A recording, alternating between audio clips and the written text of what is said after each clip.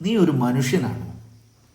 നമുക്കൊക്കെ ദേഷ്യം വരുമ്പോൾ നമ്മുടെ വളരെ അടുത്ത ആൾക്കാരോട് പോലും ചോദിച്ചു പോകുന്ന ഒരു ചോദ്യമാണിത്. മനുഷ്യനാകണം. ഈ വാക്ക് കേൾക്കുമ്പോൾ അതൊരു ഉപദേശമായൊക്കെ നമുക്ക് തോന്നാം. എന്നാൽ ലോകത്തിലെ എല്ലാ മഹത്തായ ചിന്തകളുടെയും മതങ്ങളുടെയും തത്വശാസ്ത്രങ്ങളുടെയും വിപ്ലവങ്ങളുടെയും ഒക്കെ ഒടുവിലത്തെ ലക്ഷ്യം ഇതുതന്നെയാണ്. മനുഷ്യനായി ജനിക്കുക പ്രകൃതിയുടെ ദാനമാണ്. മനുഷ്യനായി ജീവിക്കുക നമ്മുടെ നേട്ടമാണ്. ഒരു ദിവസം ലോകപ്രശസ്ത ഗ്രീക്ക് തത്വചിന്തകനായ ഡയോജനീസ് ഉച്ചവെയിലത്തൊരു വിളക്കുമേന്തി തെരുവിലൂടെ നടക്കുകയായിരുന്നു. ആൾക്കാർ അത്ഭുതത്തോടെ അദ്ദേഹത്തോട് ചോദിച്ചു, ഇത്ര വെളിച്ചമുള്ളപ്പോൾ അങ്ങ് എന്തിനാണ് ഈ വിളക്കുമായി നടക്കുന്നത്? അദ്ദേഹത്തിൻ്റെ മറുപടി ചരിത്രത്തിൽ ഇടം പിടിച്ചു. ഞാൻ ഒരു മനുഷ്യനെ അന്വേഷിക്കുകയാണ്. ചുറ്റും ആയിരക്കണക്കിന് ആൾക്കാർ ഉണ്ടായിരുന്നെങ്കിലും യഥാർത്ഥ മനുഷ്യനെ കണ്ടെത്തുക എളുപ്പമല്ല എന്നതായിരുന്നു ആ മറുപടിയുടെ അർത്ഥം. 2000-ലധികം വർഷങ്ങൾക്ക് മുമ്പ് പറഞ്ഞ ആ വാക്കുകൾ ഇന്നും ഏറെ പ്രസക്തമാണ്. ജനസംഖ്യ വർദ്ധിക്കുന്നുണ്ടെങ്കിലും മനുഷ്യത്വം വളരുന്നുണ്ടോ എന്ന ചോദ്യം ഇന്നും നിലനിൽക്കുന്നു. ഉപനിഷത്തുകൾ മനുഷ്യനെ അമൃതസ്യ പുത്ര എന്ന് വിശേഷിപ്പിക്കുന്നുണ്ട്. മനുഷ്യൻ വെറും മാംസപിണ്ഡമല്ല, അനന്ത സാധ്യതകളുടെ ഉറവിടമാണ്. സ്വയം ഉയരുകയും മറ്റുള്ളവരെ ഉയർത്തുകയും ചെയ്യുന്നവനാണ് യഥാർത്ഥ മനുഷ്യൻ. അമേരിക്കയുടെ പ്രസിഡൻ്റായിരിക്കുമ്പോൾ ഒരിക്കൽ എബ്രഹാം ലിങ്കൺ ചെളിക്കുണ്ടിൽ വീണ് കിടക്കുന്ന ഒരു പന്നിക്കുട്ടിയെ കണ്ടു. കാറിൽ നിന്നിറങ്ങിയിട്ട് അദ്ദേഹം അതിനെ രക്ഷപ്പെടുത്തി. വസ്ത്രമെല്ലാം ചെളിയായി. സമീപത്തുണ്ടായിരുന്നവർ ചോദിച്ചു, ഒരു പന്നിക്ക് വേണ്ടി ഇത്ര ബുദ്ധിമുട്ടേണ്ട കാര്യമുണ്ടായിരുന്നു?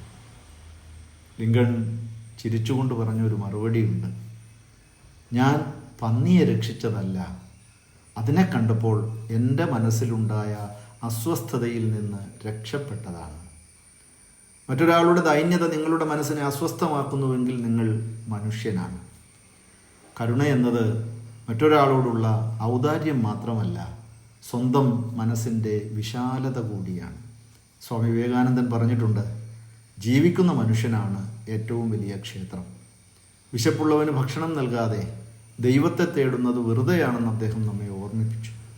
സഹോദരൻ അയ്യപ്പൻ ജാതി വേണ്ട, മതം വേണ്ട, ദൈവം വേണ്ട, മനുഷ്യനെന്ന് പ്രഖ്യാപിച്ചപ്പോൾ മനുഷ്യനെ വിഭജിക്കുന്ന മതിലുകൾക്കെതിരായിരുന്നു അദ്ദേഹത്തിൻ്റെ ശബ്ദം. രവീന്ദ്രനാഥ ടാഗോർ ഭയമില്ലാത്ത മനുഷ്യരുടെ ലോകം സ്വപ്നം കണ്ടു. മഹാത്മാഗാന്ധിയും ഡോക്ടർ BR അംബേദ്കറും ഒക്കെ അവരുടെ ജീവിതത്തിലൂടെ നമ്മെ പഠിപ്പിക്കുവാൻ ശ്രമിച്ചത് സമത്വമില്ലാത്ത സമൂഹത്തിൽ മനുഷ്യത്വത്തിന് പൂർണ്ണതയില്ല എന്നാണ്. മനുഷ്യൻ കൈവരിച്ച പുരോഗതിയെക്കുറിച്ച് നാം ഒക്കെ വാചാലരാകാറുണ്ട്. ചന്ദ്രനിലെത്തി, കൃത്രിമ ബുദ്ധി സൃഷ്ടിച്ചു, സമുദ്രത്തിൻ്റെ അടിത്തട്ടും ബഹിരാകാശത്തിൻ്റെ അറ്റവും കണ്ടെത്തി എന്നും മറ്റും. പക്ഷേ വിശക്കുന്ന ഒരു മനുഷ്യനെ കണ്ടാൽ ഹൃദയം വേദനിക്കുന്നില്ലെങ്കിൽ, ഒരു നിരാലംബൻ്റെ കണ്ണീർ കണ്ടാൽ മനസ്സുലയുന്നില്ലെങ്കിൽ, ഏതളവുകോൽ കൊണ്ടാണ് നാം നമ്മുടെ പുരോഗതിയെ അടയാളപ്പെടുത്തേണ്ടത്? ഒരു വൃക്ഷം അതിൻ്റെ ഫലത്താൽ അറിയപ്പെടുന്നു, മനുഷ്യൻ അവൻ്റെ നന്മകളാൽ. നാം സമ്പാദിക്കുന്ന ധനം ഒരു നാൾ മറ്റുള്ളവരുടേതാകാം. എന്നാൽ നാം നൽകിയ സ്നേഹം മനുഷ്യരുടെ ഓർമ്മയിൽ ജീവിച്ചുകൊണ്ടേയിരിക്കും. അതുകൊണ്ട് ജീവിതത്തിൻ്റെ ഏറ്റവും വലിയ നേട്ടം ഉയർന്ന പദവിയോ പ്രശസ്തിയോ സമ്പത്തോ അല്ല, മനുഷ്യനാവുക എന്നതാണ്. ഡയോജനസിൻ്റെ വിളക്ക് ഇന്നും കത്തിക്കൊണ്ടിരിക്കുന്നു. ആ വിളക്ക് നമ്മോട് ചോദിക്കുന്ന ചോദ്യം ഇതാണ്, നീ ഒരു മനുഷ്യനാണോ? അതിനുള്ള ഉത്തരം നമ്മുടെ ജീവിതം കൊണ്ടാണ് നാം എഴുതേണ്ടത്.